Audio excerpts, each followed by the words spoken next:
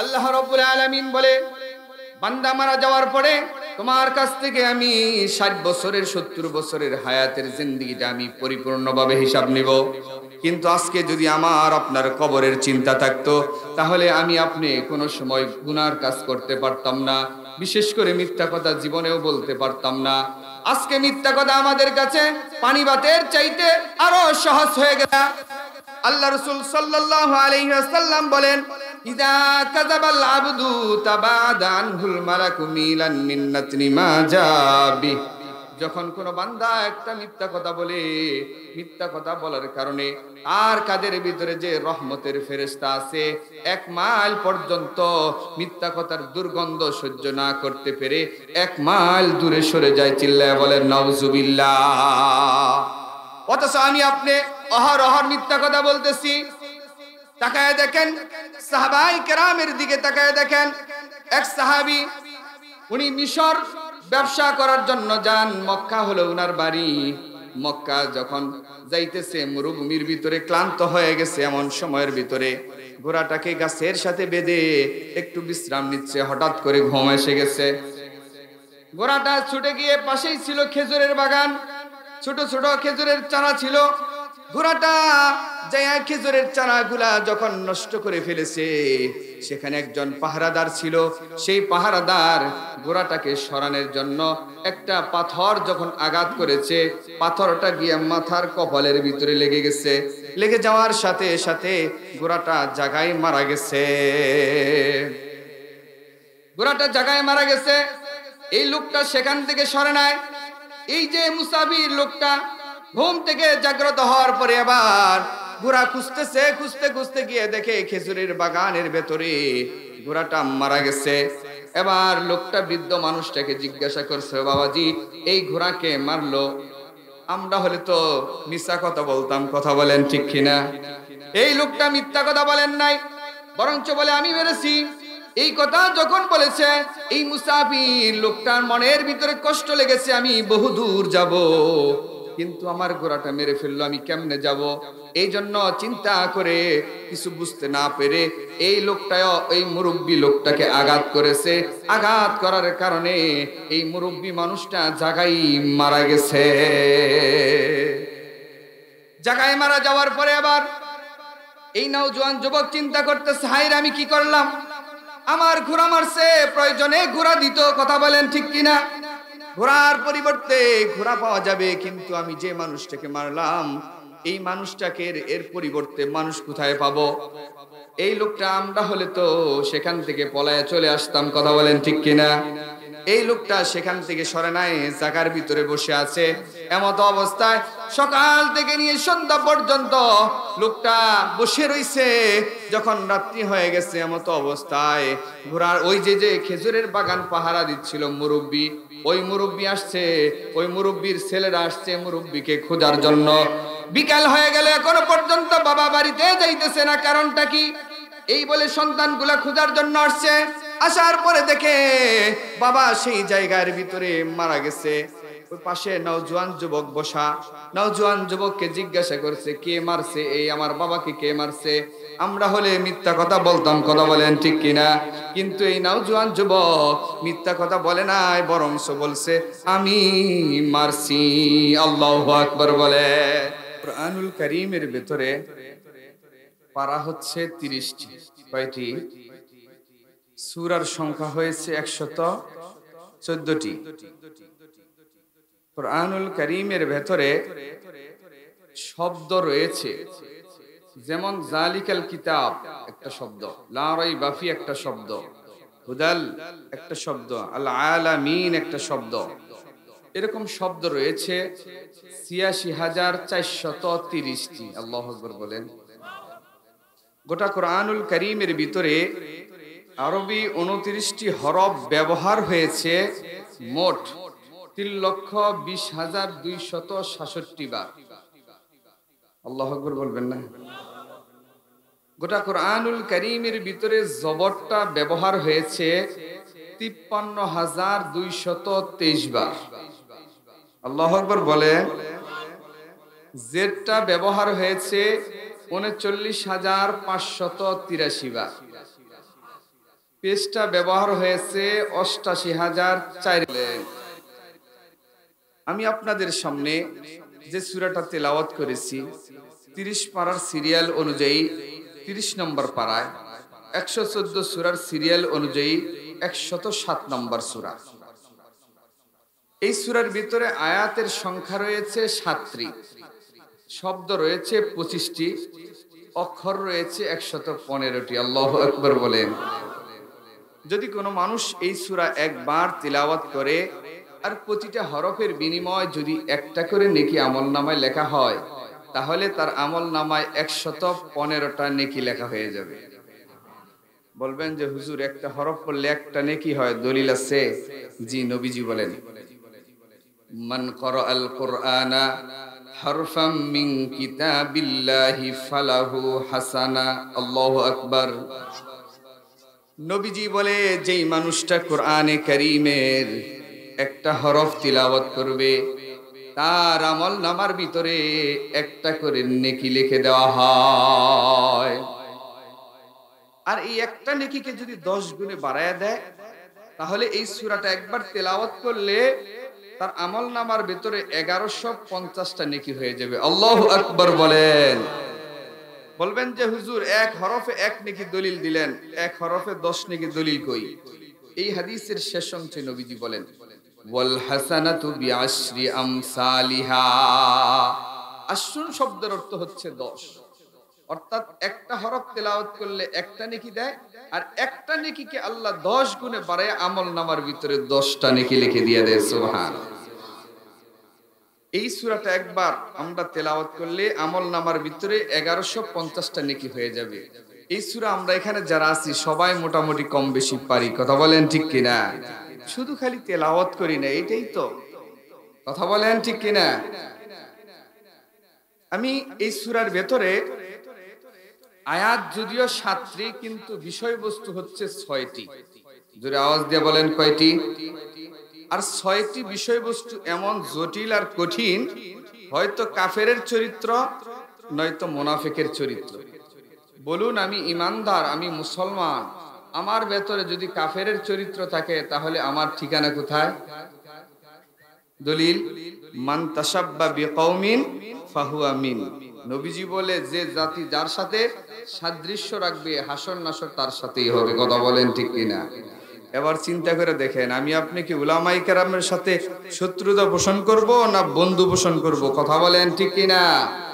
আর যদি উলামায়ে কেরামের সাথে শত্রুতা করেন, ভবিষ্যৎ আপনারটা আপনি চিন্তা করেন। আর যদি বন্ধুত্ব করেন, আল্লাহ রাসূল সাল্লাল্লাহু আলাইহি ওয়াসাল্লাম বলেন, কিয়ামতের ময়দানে 3 শ্রেণীকে আল্লাহ সুপারিশ করার অনুমতি দিবে: নবীগণ, শহীদগণ আর উলামায়ে কেরাম। আর 3টা বিষয় হচ্ছে মুনাফিকের চরিত্র। এবার আসেন, কাফের এরা কি জান্নাতি না জাহান্নামী? দলিল লাগবে? অসংখ্য দলিল আছে। তারপরে ছোট্ট করে একটা নেন, 30তম পারা, সূরা বাইয়িনা, আয়াত নাম্বার 7।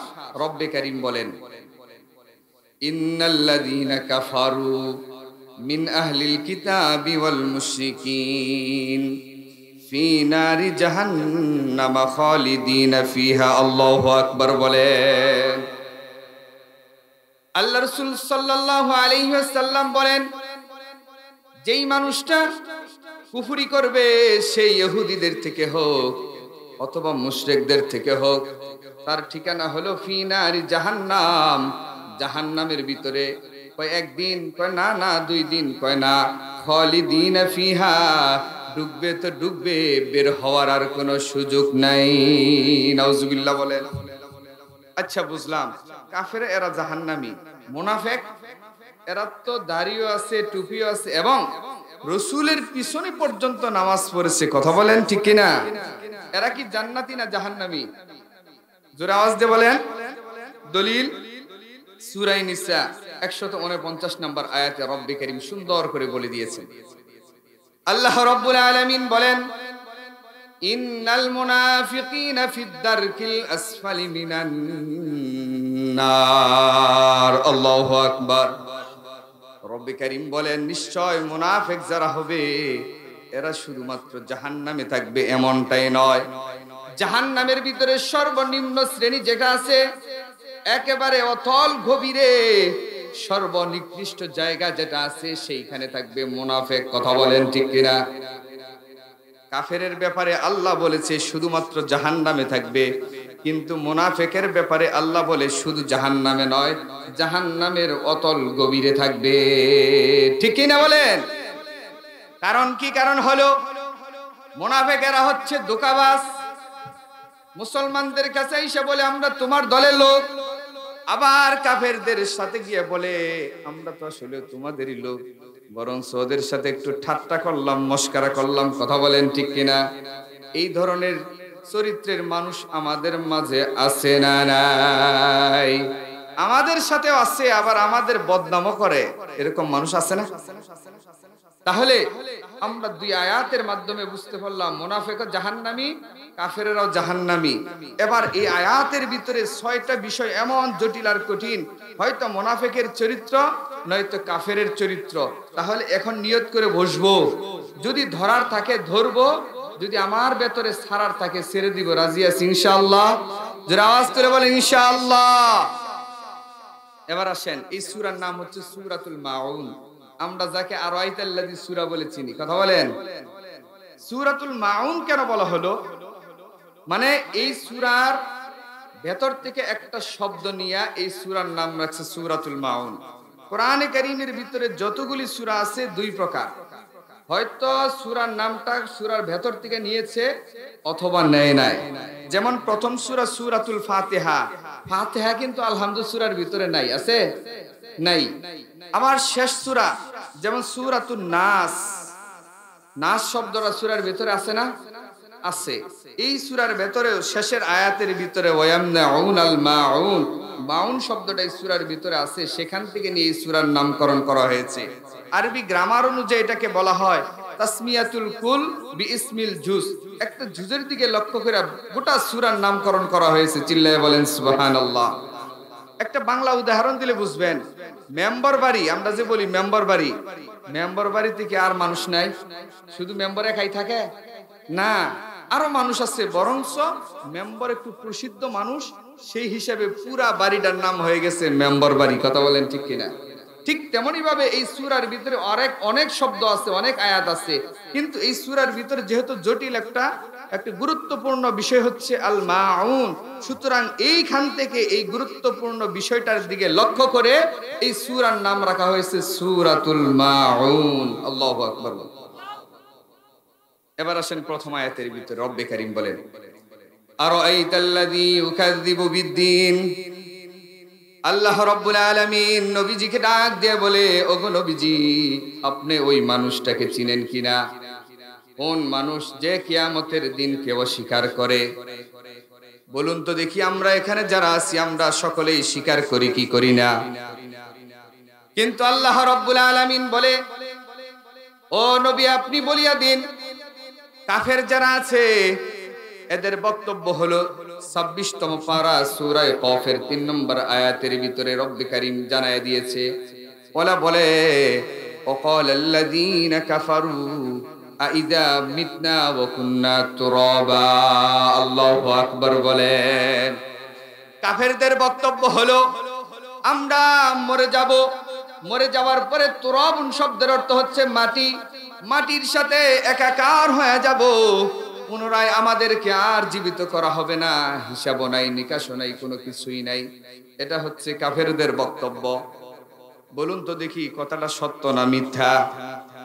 আল্লাহ রাব্বুল আলামিন বলেন 29তম পারা সূরা কিয়ামার ভিতরে দুইটা শপথ করার পরে আল্লাহ রাব্বুল আলামিন বলেন লা উকসিমু বিয়াউমিল কিয়ামা ওয়ালা উকসিমু বিন নাফসিল লাওয়ামা। আল্লাহু আকবার। আল্লাহ রাব্বুল আলামিন কিয়ামতের দিনের শপথ করে, এরপরে ওই নফসের শপথ যে নিজেকে ধিক্কার দেয়। এই দুইটা শপথ করার পরে আল্লাহ পাক রব্বুল আলামিন বলেন আয়াহসাবুল ইনসান আল্লান নাজমা ইযামা। মানুষ কি ধারণা করেছে মারা যাওয়ার পরে ইযামুন শব্দের অর্থ হলো হাড্ডি, হাড্ডিগুলো আমি কি আবার পুনরায় জমা করব না? মানুষ যদি এটা ধারণা করে থাকে তাহলে তাদের ধারণাটা একেবারেই ভুল। কথা বলেন ঠিক কিনা? আল্লাহ রাব্বুল আলামিন বলে, বালা, অবশ্যই অবশ্যই, কাদিরিন আলা আন নুসাউইয়া বানানা। আল্লাহু আকবার বলেন। আল্লাহ রাব্বুল আলামিন বলে, বানানান শব্দের অর্থ হলো হাতের কর। করকে বানানুন বলা হয়। আল্লাহ বলে, মানুষ যখন মারা যাবে, মারা যাওয়ার পরে আবার আমি তাদেরকে জীবিত করব। জীবিত করব তো করবই, তাদের হাতের ভিতরে যার যে কয়টা কর ছিল তার করগুলাই আমি আবার পুনরায় তাকে ফিরাইয়া দিব। চিল্লাইয়া বলেন আল্লাহু আকবার। মুফাসসিরিনে কেরাম এই আয়াতের ব্যাখ্যায় বলে, শুধু করগুলা ফিরাইয়া দিবে এমনটাই নয়। আজকে তামাম বিশ্বের দিকে তাকিয়ে দেখেন, আজ থেকে নিয়ে 20 বছর পূর্বে আমাদের বাপ চাচা যারা ছিল, জমিন দলিল করতে গেলে যারা সাইন করতে পারতো না তারাই টিপ দিত, ঢেরা দিত। কথা বলেন ঠিক কিনা? আজকে আপনার শিক্ষিতর সার্টিফিকেট আলমারি বোঝায় যদি থাকে, 1.5 টাকা দামের একটা সিম কিনবার যাওয়ার পরেও কিন্তু ঢেরা দেওয়া লাগে। ঠিক কিনা বলেন? কারণ হলো কি, বিজ্ঞানীরা গবেষণা করে বের করেছে, একজনের সাইন আরেকজনের নকল করতে পারে, কিন্তু একজনের হাতের ছাপ যেগুলো আছে কম্পিউটারের ভিতরে দেওয়ার সাথে সাথে একজনের ছাপ আরেকজনের ছাপের সাথে জিন্দেগিতেও কোনোদিন মিলবে না। আল্লাহু আকবার বলে। মুফাসসিরিনে কেরাম এই আয়াতের ব্যাখ্যায় বলেন, এই মানুষটা যখন মারা যাবে, আমি আপনি যখন মারা যাব, আল্লাহ পাক রব্বুল আলামিন পুনরায় আমাদেরকে জীবিত করবে তো করবেই। আমার হাতের ভিতরে যেইগুলা কর ছিল, করগুলা আমারই দিয়ে দিবে। শুধু তাই নয়, হাতের ভিতরে যে রেখাগুলা আছে, আমার রেখাগুলা জীবিত করার পরে রব্বে কারীম আমার হাতের রেখাগুলা আমারই ফিরাইয়া দিবে। চিল্লায়া বলে আল্লাহু আকবার। তাহলে আমরা কি বুঝতে পারলাম? মরার পরে জীবিত হওয়া লাগবে কিনা? শুধুমাত্র তাই নয়, নবীজি একদিন সাহাবায়ে কেরামকে সামনে নিয়ে কিয়ামত সংক্রান্ত বিষয়ে আলোচনা করতেছিলেন। এমন সময়ের ভেতরে কাফেরদের মধ্যে একজন জঘন্যতম কাফের ছিল, যার নাম হলো আস ইবনে ওয়াইল। পুরাতন গোরস্থান থেকে একটা হাড্ডি আনছে, আনার পরে নবী মুহাম্মদ রাসূলুল্লাহর সামনে ফালাইয়া দিয়ে বলে, এ আব্দুল্লাহর ছেলে মুহাম্মদ, তুমি যে বলো মারা যাওয়ার পরে আবার পুনরায় জীবিত করবে, কেমনে সম্ভব? এই যে দেখো হাড্ডিটা সানার সাথে সাথে চূর্ণ বিচূর্ণ হয়ে যাচ্ছে, এটা কেমনে আল্লাহ আবার পুনরায় জীবিত করবে? রাসূল কোনো কথা বলেন না। সাথে সাথে আল্লাহ জিবরাইল আমিনকে পাঠায়া দিয়েছে। জিবরাইল আমিন 30তম পারা সূরা ইয়াসিনের শেষের দিকে একখানা আয়াতে কারিমা নাজিল করেছেন। আল্লাহ রাব্বুল আলামিন জানায়া দিলেন, কুল ইউহিহাল্লাযী আনশাহা আউওয়ালা মাররা। আল্লাহু আকবার। ও নবী, আপনি জানিয়ে দিন, কুল ইউহিহাল্লাযী আনশাহা আউওয়ালা মাররা, যে রব প্রথমে তোমাকে কোন নমুনা ছিল না, নমুনাবিহীন সৃষ্টি করতে পারছে, সুতরাং দ্বিতীয়বার তাকে আবার সৃষ্টি করা তার কাছে একেবারেই সহজ। আল্লাহু আকবার। যে কোনো জিনিস প্রথমবার বানাইতে একটু কঠিন হয়, দ্বিতীয়বার বানাইতে সহজ হয় না? আল্লাহ আমাকে আপনাকে যে বানাইছে, বলুন কোন নমুনা ছিল পৃথিবীতে? নমুনা ছাড়াই যেহেতু বানাইতে পারছে, দ্বিতীয়বার জীবিত করা আল্লাহর পক্ষে সম্ভব না? অবশ্যই সম্ভব। শুধু তাই নয়, আল্লাহ রাব্বুল আলামিন বলেন 15তম পারা সূরা বনী ইসরাঈলের আয়াত নাম্বার 13, রব্বে কারীম স্পষ্ট ভাষায় জানিয়ে দেন, ওয়াকুল্লা ইনসানিন আলজামনাহু তাইরাহু ফি উনুকিহি ওয়া নুখরিজু লাহু ইয়াওমাল কিয়ামাতি কিতাবাই ইয়ালকাহু মানশুরা। আল্লাহু আকবার। আল্লাহ রাব্বুল আলামিন বলেন, ওয়াকুল্লা ইনসানিন, ইনসান মানে মানুষ, ওয়াকুল্লা মানে কুল মানে প্রত্যেকটা মানুষের গর্দানের ভিতরে আমি আপনি যখন মারা যাব, মারা যাওয়ার পরে আমি আপনার গর্দানের ভিতরে আল্লাহ পাক রব্বুল আলামিন একটা আমলনামার ফাইল ঝুলাইয়া দিবে। ছোট্ট বাচ্চা যখন মক্তবে যায়, কোরআনে কারীমটা গলার ভিতরে ঝুলাইয়া নেয় কি নেয় না? ঠিক তেমনি ভাবে আর আপনার গর্দানের ভিতরে এমন একটা ফাইল ঝুলাইয়া দিবে, 60 বছর 70 বছর হায়াতের জিন্দেগির ভিতরে আমি আপনি কি করেছি রব্বুল আলামিন পাই পাই করে ফেরেশতার মাধ্যমে লিখে দিয়েছে। কথা বলেন ঠিক কিনা? আল্লাহ রব্বুল আলামিন বলেন, মা ইয়ালফিজু মিন কওলিন ইল্লা লাদাইহি রাকিবুন আতীদ। রব্বুল আলামিন বলে, বান্দা তুমি যা কিছু করো জবান দিয়ে উচ্চারণ করার আগে সেটা 2 কাঁধের ফেরেশতা লিখে ফেলে। কথা বলেন ঠিক কিনা? শুধু তাই নয়, ওয়ালাকাদ না'লামু ওয়ালাকাদ খলাকনাল ইনসানা মা না'লামু তুওয়াসবিসু বিহি নাফসু। আল্লাহ রাব্বুল আলামিন বলে, বান্দা তোমার নফসের ভিতরে কি কল্পনা জল্পনা আছে সেটাও কে জানে? আর জোরে আওয়াজ দিয়ে বলেন, কে জানে? আল্লাহ রাব্বুল আলামিন সেটাও জানেন। তাহলে এখন আমাদের অবস্থা এমনটাই হচ্ছে, মনে হয় আমরা দুনিয়াতে আসি তো আসি আর মরবো না। আমাদের চাল চলনে এমনটাই বোঝা যায়। কথা বলেন ঠিক কিনা? কিন্তু আসলেও বাবাজি না। রব্বে কারীম বলে, মিনহা খলাকনাকুম ওয়া ফিহা নুঈদুকুম ওয়া মিনহা নুখরিজুকুম তারাতান উখরা। আল্লাহ রাব্বুল আলামিন বলেন, আমি তোমাদেরকে মাটির থেকে সৃষ্টি করেছি, আবার পুনরায় তোমাদেরকে মাটির ভিতরে দাফন করা হবে, আবার পুনরায় তোমাদেরকে মাটির থেকে উঠানো হবে। রাসূলকে জিজ্ঞাসা করলাম, ও রাসূল, মাটির থেকে আবার জিজ্ঞাসা করে আমাদের মাটির থেকে উঠাই আমাদেরকে কি করবে?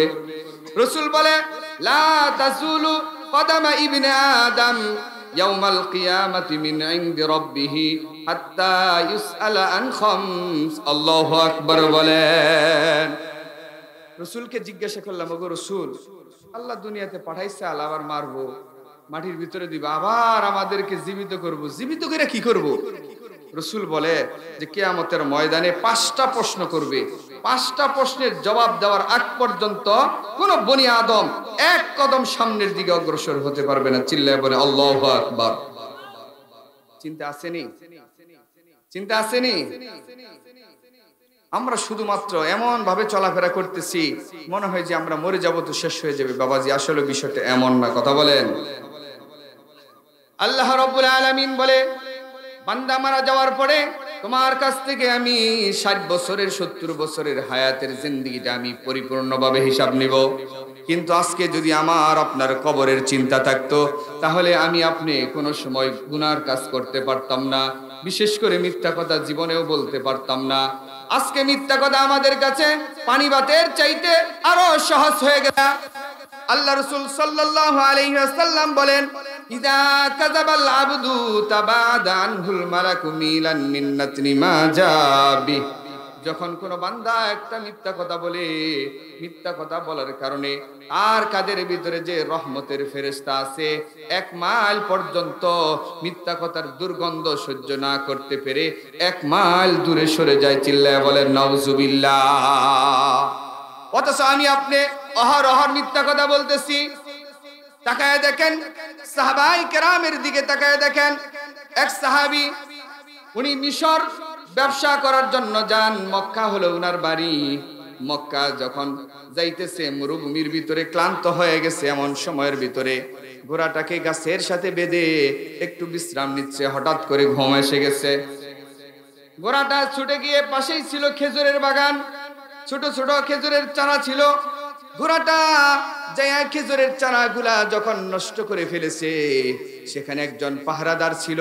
সেই পাহারাদার ঘোড়াটাকে সরানোর জন্য একটা পাথর যখন আঘাত করেছে, পাথরটা গিয়ে মাথার কপালের ভিতরে লেগে গেছে। লেগে যাওয়ার সাথে সাথে ঘোড়াটা জায়গায় মারা গেছে। ঘোড়াটা জায়গায় মারা গেছে। এই লোকটা সেখান থেকে সরে নাই।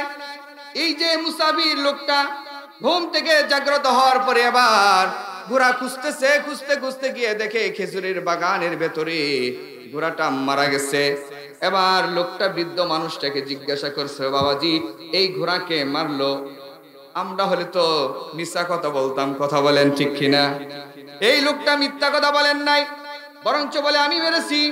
এই কথা যখন বলেছে, এই মুসাফির লোকটার মনের ভিতরে কষ্ট লেগেছে, আমি বহু দূর যাব, কিন্তু আমার ঘোড়াটা মেরে ফেললো, আমি কেমনে যাব? এই জন্য চিন্তা করে কিছু বুঝতে না পেরে এই লোকটা, এই মুরব্বী লোকটাকে আঘাত করেছে। আঘাত করার কারণে এই মুরব্বী মানুষটা জায়গায় মারা গেছে। জায়গায় মারা যাওয়ার পরে আবার এই নওজোয়ান যুবক চিন্তা করতেছে, হায়রে আমি কি করলাম, আমার ঘোড়া মারছে, প্রয়োজনে ঘোড়া দিত, কথা বলেন ঠিক কিনা? ঘোড়ার পরিবর্তে ঘোড়া পাওয়া যাবে, কিন্তু আমি যে মানুষটাকে মারলাম এই মানুষটাকে এর পরিবর্তে মানুষ কোথায় পাবো? এই লোকটা আমরা হলে তো সেখান থেকে পলায়ে চলে আসতাম, কথা বলেন ঠিক কিনা? এই লোকটা সেখান থেকে সরে নাই, জায়গার ভিতরে বসে আছে। এমত অবস্থায় সকাল থেকে নিয়ে সন্ধ্যা পর্যন্ত লোকটা বসে রইছে। যখন রাত্রি হয়ে গেছে এমত অবস্থায় ঘোড়ার ওই যে খেজুরের বাগান পাহারা দিচ্ছিল মুরব্বী, ওই মুরব্বী আসছে, ওই মুরব্বীর ছেলেরা আসছে মুরব্বীকে খোঁজার জন্য। বিকাল হয়ে গেল, এখনো পর্যন্ত বাবা বাড়িতে যাইতেছে না, কারণটা কি? এই বলে সন্তানগুলা খোঁজার জন্য আসছে। আসার পরে দেখে বাবা সেই জায়গার ভিতরে মারা গেছে। ওই পাশে নওজোয়ান যুবক বসা। নওজোয়ান যুবককে জিজ্ঞাসা করছে, কে মারছে? এই আমার বাবাকে কে মারছে? আমরা হলে মিথ্যা কথা বলতাম, কথা বলেন ঠিক কিনা? কিন্তু এই নওজোয়ান যুবক মিথ্যা কথা বলে নাই, বরংস বলছে আমি মারছি। আল্লাহু আকবার বলে, সাথে সাথে বলছে আমি মারছি। এবার এই বৃদ্ধার সন্তানগুলা বলে, চলো তোমাকে মদিনা নিয়ে যাব ওমরের আদালতে। আচ্ছা ঠিক আছে, সমস্যা নাই। এই নওজোয়ান যুবক বলে, আচ্ছা আমাকে নিয়ে চলো। হযরতে ওমর রাদিয়াল্লাহু তাআলা আনহুর শাসন আমল চলতেছিল। হযরত ওমর রাদিয়াল্লাহু তাআলা আনহুর কাছে যখন নিয়ে গেছে, নিয়ে যাওয়ার পরে তার মৃত্যুর পরিবর্তে মৃত্যু দণ্ড দেওয়া হবে, যাকে আরবিতে কিসাস বলা হয়, অর্থাৎ মৃত্যুর পরিবর্তে মৃত্যু, কথা বলেন ঠিক কিনা? এবার ওমর রাদিয়াল্লাহু তাআলা আনহু ফয়সালা দিলে, নওজোয়ান যুবক তোমাকে হত্যা করা হবে। আচ্ছা ঠিক আছে, আগামী শুক্রবার তোমাকে হত্যা করা হবে। মৃত্যুর আগে প্রত্যেকটা মানুষকে জিজ্ঞাসা করা হয়, তোমার কোনো মনের আশা আছে কিনা, কথা বলেন ঠিক কিনা? এবার নওজোয়ান যুবকটাকে বলে, তোমার মনের ভিতরে কোনো আশা আছে কিনা? বলে, হ্যাঁ আমার একটা আশা আছে, সেটা হলো আমি সিরিয়াতে ব্যবসা করতে যাই, ওইখান থেকে যে কিছু মাল আনছি বাকিতে টাকা দিয়ে আসি নাই, সুতরাং যদি আপনি অনুমতি দিতেন তাহলে আমি টাকাগুলা পরিশোধ করে আসতাম।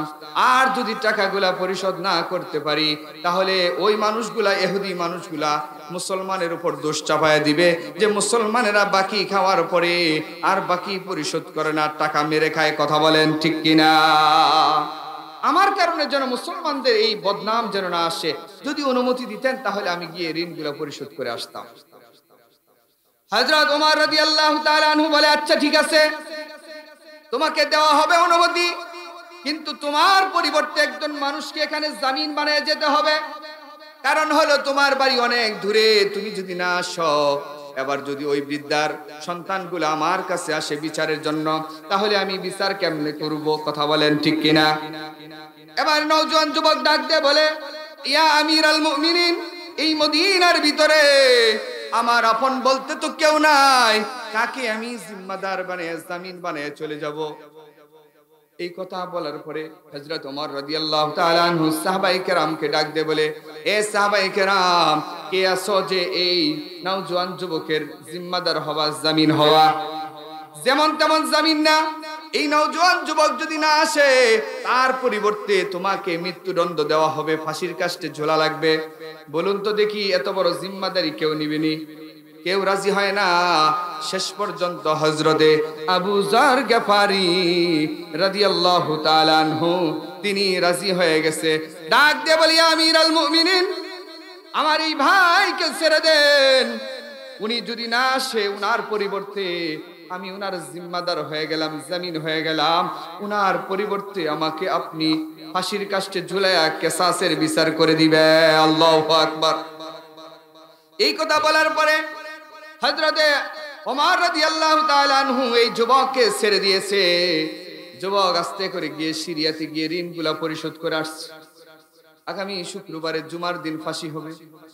এই যুবক বাড়িতে আসছে, মার কাছে এসে বলে, মাগো তাড়াতাড়ি তুমি আমার বিদায় দাও। 10 মাস 10 দিন গর্ভে ধারণ করেছিলা, এরপরে 2 বছর দুগ্ধ পান করেছি। ও মা, আজকের জীবনের শেষ দেখাটা দেখে আর জীবনে কোনোদিন তোমার সন্তানকে দেখতে পারবো না। এবার একবার মার কাছে যায়, আবার বাবার কাছে যায়, এইভাবে করতে করতে একটু সময় লেট হয়ে গেছে।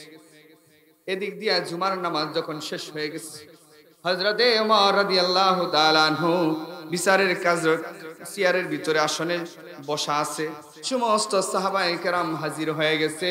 এখন বিচার করা হবে, অর্থাৎ কিসাস নেওয়া হবে, মৃত্যুদণ্ড দেওয়া হবে, সমস্ত মানুষগুলা দেখার জন্য আসছে। কিন্তু নওজোয়ান যুবকের কোনো খবর নাই। এবার সকলে মিলে অনেকক্ষণ হয়ে গেছে, এরপরে আবু যর গেফারির বাড়িতে চলে গেছে। এ আবু যর, তুমি যার জামিন হয়েছো সে তো আসে নাই, সুতরাং তাড়াতাড়ি তোমার পরিবারের কাছ থেকে বিদায় নিয়ে আসো, তোমাকে ফাঁসির কাস্টে ঝোলা লাগবে। আরে নির্দোষী একজন মানুষ, কথা বলেন ঠিক কিনা? বিবির কাছ থেকে, সন্তানের কাছ থেকে শেষ বিদায় নিয়ে আসতে আসতে দেরি হয়ে গেছে। এদিক দিয়ে সমস্ত মানুষগুলা বিচারের অপেক্ষা আছে, বিচার দেখবে, বিচার দেখবে। হযরত আবু যর গেফারি আসছে, আর মদিনার ভিতরে সকলের কান্নার রোল পড়ে গেছে। আরে নির্দোষী একজন মানুষকে ফাঁসির কাস্টে ঝুলানো হবে। সমস্ত মানুষগুলা বলি, ইয়া আমিরুল মুমিনিন, একটুখানি সময় দেন, নওজোয়ান যুবক যদি আসে তাহলে তাকেই আপনি ফাঁসি দেন, একে দিয়েন না। হযরত আবু যর গেফারিকে বসায় রাখছে। এমত অবস্থার ভিতরে দূর থেকে দেখা যায় কে যেন ঘোড়ার উপর সওয়ার হয়ে দৌড়ে আসতেছে। আল্লাহু আকবার বলে দৌড়ে আসতে আসতে মানুষেরা তাকায় দেখে ওই নওজোয়ান যুবক যে বৃদ্ধা মানুষটাকে মেরেছিল, সেই মানুষটা ঘোড়ার উপর সওয়ার হয়ে আসতেছে। আল্লাহু আকবার।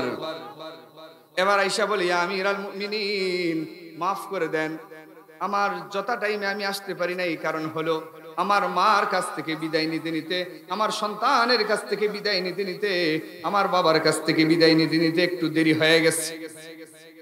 এই দৃশ্যটা মদিনার ভিতরে দেখার পরে সমস্ত মানুষের ভিতরে কান্নার রোল পড়ে গেছে। আহারে, এ কেমন মানুষ, যিনি যদি না আসতো তাহলে তাকে কেউ খুঁজে বের করতে পারতো না, কথা বলেন ঠিক কিনা?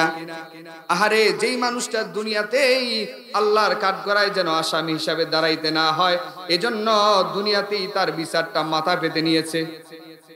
এই কথা, এই দৃশ্যটা দেখার পরে এই যে বৃদ্ধ মানুষ যে মারা গিয়েছিল, তার সন্তানেরা বলে, ইয়া আমিরুল মুমিনিন, আমার এই ভাইকে আর ফাঁসি দেওয়া লাগবে না, আমার এই ভাইকে আমাদের সাথে দিয়া দেন। আল্লাহু আকবার।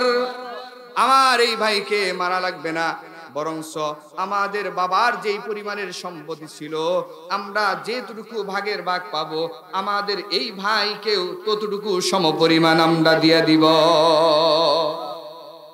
দেখছেন, সত্য কথা বলছে। সত্য কথা বলার কারণে জিতছে না লস হইছে? রাসূল বলে, as-sidqu yunzi wal kizbu yuhli, যেই মানুষটা সত্য বলে, সত্য মানুষকে মুক্তি দেয়, মিথ্যা মানুষকে ধ্বংস করে দেয়, কথা বলেন ঠিক কিনা? আজকে যদি আমাদের কবরের চিন্তা থাকতো, মরণের পরে যে আল্লাহ আমাদের হিসাব নিবে, এই চিন্তা যদি থাকতো, তাহলে আমরা গুনাহের কাজ করতে পারতাম না, কথা বলেন ঠিক কিনা? অন্যের জিনিস মেরে খেতে পারতাম না, হারাম কাজ করতে পারতাম না, সুদি কাজ কারবার করতে পারতাম না, কথা বলেন ঠিক কিনা?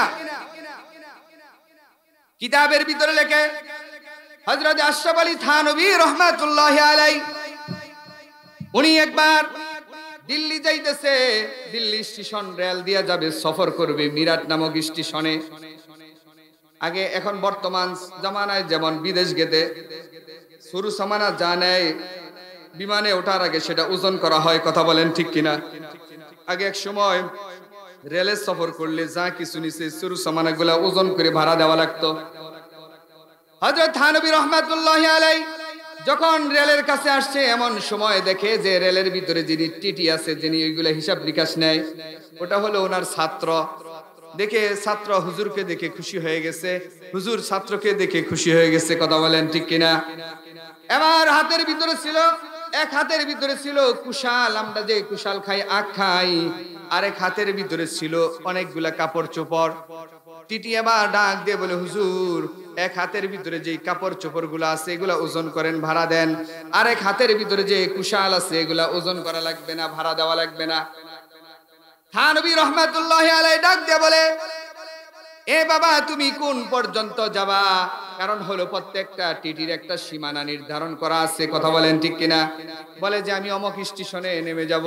কয় তারপরে কে উঠবে? বলে যে আমার বন্ধু উঠবো, আমি তারে বলে দিব, কোনো সমস্যা হবে না। এই কথা যখন বলেছে, বলার পরে আবার আশরাফ আলী থানবী রহমাতুল্লাহি আলাইহি তাকে ডাক দিয়ে বলে, বাবা, সে কোন পর্যন্ত যাবে? বলে যে সে মিরাট নামক স্টেশনে যাবে। তখন থানবী রহমাতুল্লাহি আলাইহি চোখ দিয়ে পানি ছেড়ে দিয়ে বলে, বাবা, আমি তো আরো সামনের দিকে যাব। আল্লাহু আকবার বলেন। ছাত্র আবার ডাক দিয়ে বলে, হুজুর, ওইটাই তো শেষ সীমানা, এরপরে তো আর কোনো সীমানা নাই। তখন থানবী রহমাতুল্লাহি আলাইহি ডাক দিয়ে বলে, বাবা, আমি তো কবর নামক স্টেশন পর্যন্ত যাব।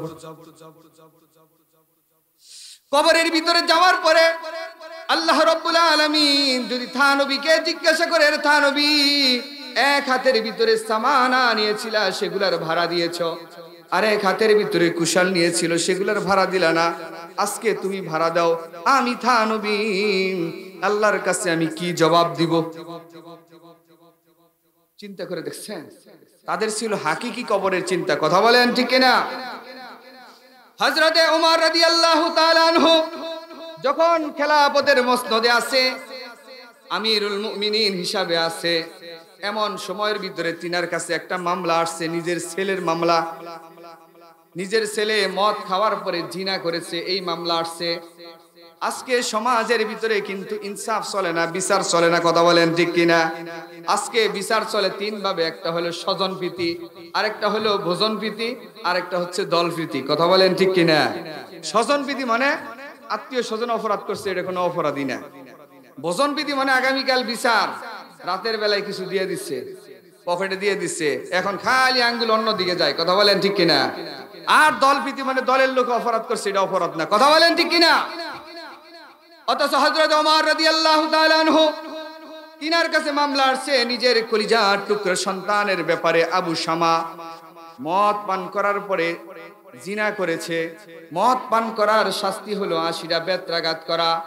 ছেলেকে জিজ্ঞাসা করছে, বাবা, তুমি কি মদ পান করেছো কিনা? বলে, হ্যাঁ হ্যাঁ, আমি মদ পান করেছি। এই কথা যখন বলেছে, বলার সাথে সাথে নিজের কলিজার টুকরা সন্তানকে হাজির করেছে এবং জল্লাদকেও হাজির করেছে। জল্লাদের হাতের ভিতরে বেত তুলে দিয়েছে। বেত তুলে দেওয়ার পরে জল্লাদ প্রেসিডেন্টের ছেলে হিসাবে বেতগুলা আস্তে আস্তে বাড়ি দিচ্ছে। হযরতে ওমর রাদিয়াল্লাহু তাআলা আনহু জল্লাদের কাছ থেকে হাত থেকে বেতরা নিয়া নিজের শক্তি দিয়ে, যতটুকু শক্তি ছিল অতটুকু শক্তি দিয়া নিজের কলিজার টুকরা সন্তানকে আঘাত করতেছে। ৭০ থেকে ৭২টা আঘাত যখন করেছে, করার পরে নিজের কলিজার টুকরা সন্তান দুনিয়া থেকে চিরবিদায় নিয়ে চলে গেছে। আল্লাহু আকবার। চিন্তা করে দেখছেন, নিজের কলিজার টুকরা সন্তান বিচার করতে গিয়ে, ইনসাফ করতে গিয়া নিজের হাতে দুনিয়া ত্যাগ করে চলে গেছে। হযরত ওমর রাদিয়াল্লাহু তাআলা আনহু সাহাবায়ে কেরামকে বলল, ও সাহাবায়ে কেরাম, তোমরা একে গোসল করো, গোসল করাও, কাফনের ব্যবস্থা করো, কবর খনন করো, একে মাটি দেওয়ার ব্যবস্থা করো। হযরত ওমর রাদিয়াল্লাহু তাআলা আনহু যখন বাড়িতে চলে গেছে, বাড়িতে যাওয়ার পরে বিবি আবার ডাক দিয়ে বলে, এ প্রাণের স্বামী, এটা আপনি কি করলেন? নিজের কলিজার টুকরা সন্তানকে এইভাবে কোনোদিন মানুষ মারে নাকি?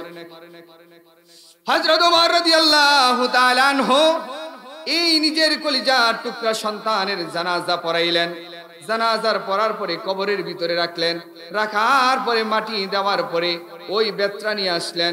ওই যে ৭০ থেকে ৭২টা বাড়ি দিয়েছিল, এখনো পর্যন্ত ৮ থেকে নিয়ে 10টা বাড়ি বাকি আছে। ৮০টা বাড়ি দেওয়ার কথা ছিল। কবরের উপরে বাদ বাকি ৮ থেকে 10টা বাড়ি দিয়া আল্লাহ রব্বুল আলামিনকে ডাক দিয়ে বলে, ও রব, তোমার বিচার আমি যথাযথভাবে আদায় করতে পারলাম না। কিয়ামতের ময়দানে আমাকে তোমার আদালতে বিচারের কাঠগড়ায় আমাকে দাঁড় করায়ও না। আল্লাহু আকবার। আসলে হাকিকি চিন্তা ছিল কবরের তাদের, কথা বলেন ঠিক কিনা? আমরা শুধুমাত্র মুখেই বলি যে হুজুর মরবো, আমাদের মারা যাওয়ার পরে পাই পাই করে হিসাব নিব। যদি তাই হইতো তাহলে আমি আপনি কেমনে গুনাহের কাজ করি? বলুন তো দেখি কেমনে গুনাহের কাজ করি?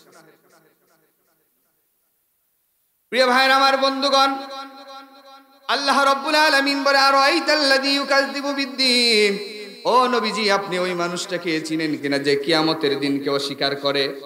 কিয়ামতের দিনকে অস্বীকার করে এক নম্বর হলো কাফেররা। আর আমরা যারা আছি, আমরা নামদারি মুসলমান যারা আছি, আমরা শুধুমাত্র মুখে স্বীকার করি কিন্তু কাজে কর্মে নাই, কথা বলেন ঠিক কিনা? পরের আয়াতের ভিতরে আল্লাহ পাক রব্বুল আলামিন বলে আরাইতাল্লাযী ইউকাযযিবু বিদ্দীন ফাযালিকাল্লাযী ইয়াদউল ইয়াতীম, ও নবীজি আপনি ওই সমস্ত মানুষগুলা চিনেন কিনা যারা ইয়াদউল ইয়াতীম, এতিমের গলার ভিতরে ধাক্কা মারে। বর্তমান সমাজের ভিতরে এমন আছে, সমাজের ভিতরে দুইটা ছেলে অপরাধ করেছে, যার বাপ নাই, এতিম সন্তান, তাই সে যদিও দোষ না করে বিচারের সময় যে তার গাড়ি দোষ চাপে, কথা বলেন ঠিক কিনা?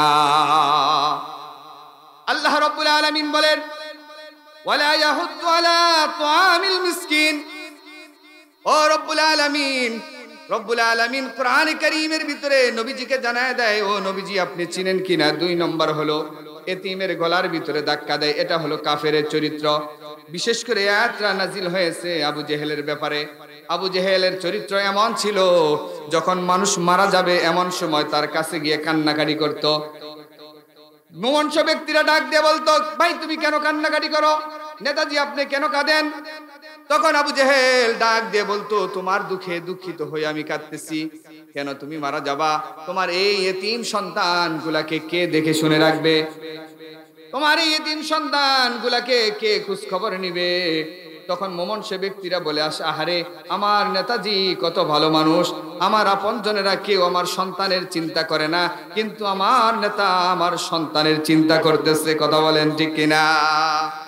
এই কথা বলার পরে মুমুন্স ব্যক্তি আর যতগুলি সম্পদ ছিল সমস্ত সম্পদ গুলা আবু জেহেলের হাতের ভিতরে দিয়ে দিত, আর বলে দিত আমার সন্তান গুলা যখন বড় হবে আপনি আস্তে করে সন্তান গুলাকে দিয়ে দিবেন।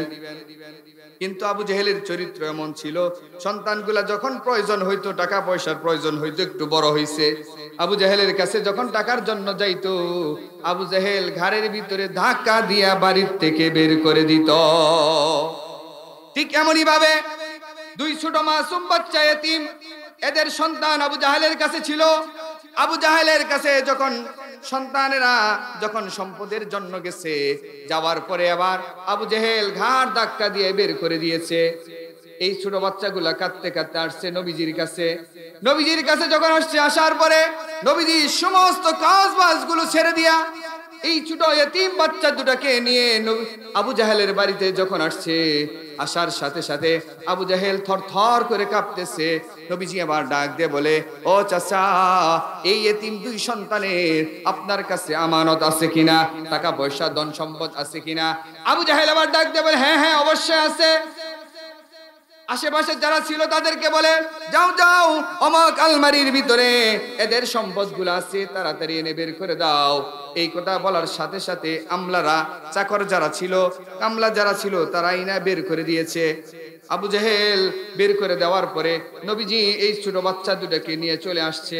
এবার আশেপাশে যারা ছিল আবু জেহেলের এবার ডাক দিয়ে বলে, নেতাজি কি ব্যাপার? কিছুক্ষণ পূর্বে এই দুইটা বাচ্চা আসলো কিন্তু আপনি দিলেন না, এখন কেন দিয়ে দিলেন? আল্লাহু আকবার বলেন, কেন দিয়ে দিলেন? এই কথা বলার সাথে সাথে আবু জেহেল ডাক দিয়ে বলে, এ শোনো তোমরা, আমি যা দেখেছি তোমরা তা দেখো না। আল্লাহু আকবার। আমি দেখলাম মুহাম্মাদের দুই পাশে এমন দুইটা বিষাদর সাপ এমন ভাবে সুবল ধরছে, যদি আমি দিতে এক সেকেন্ড দেরি করতাম সাথে সাথে আমাকে গিলে ফেলতো। আল্লাহু আকবার।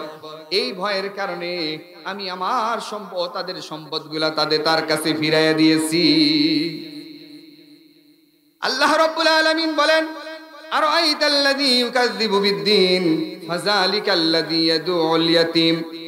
কাফেরদের দুই নম্বর চরিত্র হলো এতিমের সাথে দুরাচরণ করা।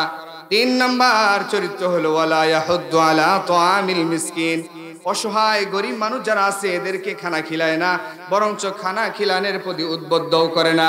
এই যে মাদ্রাসার ছাত্র আছে এদেরকে কখনো জাগির রাখে না, আবার যদি বাড়ির পাশে কেউ জাগির রাখে তাদেরকে টিটকারা করে। কথা বলেন ঠিক কিনা?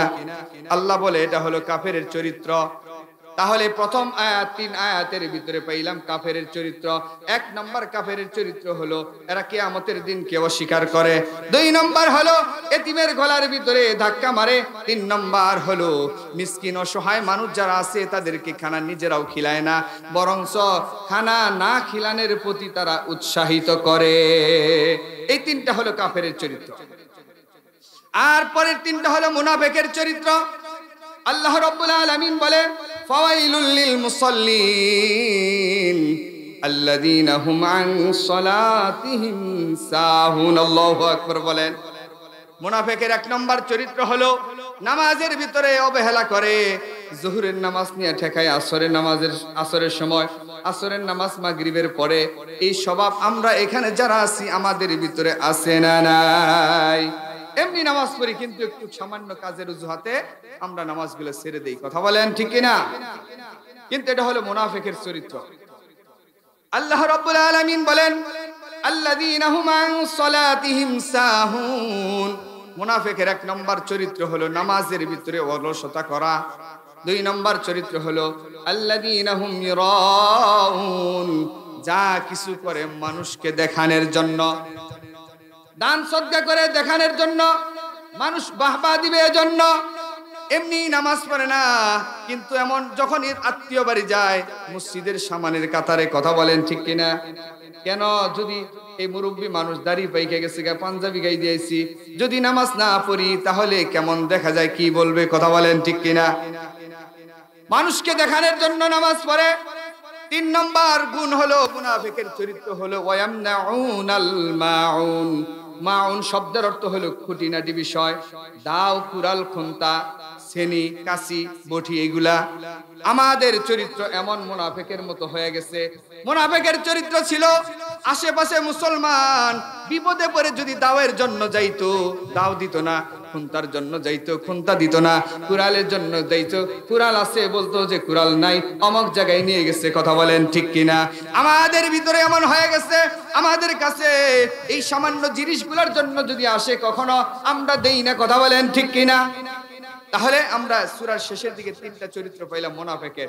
1 নম্বর হচ্ছে নামাজে অলসতা করা, 2 নম্বর হচ্ছে যা কিছু করে মানুষকে দেখানোর জন্য। কথা বলেন ঠিক কিনা? 3 নম্বর হচ্ছে খুঁটিনাটি বিষয়, এগুলা পাশের বাড়ির মানুষ যারা আছে, প্রতিবেশী আছে, এদেরকে দিত না। এই সূরার ভিতরে আল্লাহ 6টা বিষয়ে আলোচনা করেছে। প্রথম 3 আয়াতে কাফেরের চরিত্র, পরের 3 আয়াতে মুনাফিকের চরিত্র। আল্লাহ পাক রব্বুল আলামিন আমাদের ভিতরে যদি এই চরিত্রগুলো থাকে বর্জন করার তৌফিক দান করে। সকলে বলে আমিন। ওয়া আখিরু দাওয়ানা আলহামদুলিল্লাহি রাব্বিল আলামিন। আসসালামু আলাইকুম ওয়া রাহমাতুল্লাহি ওয়া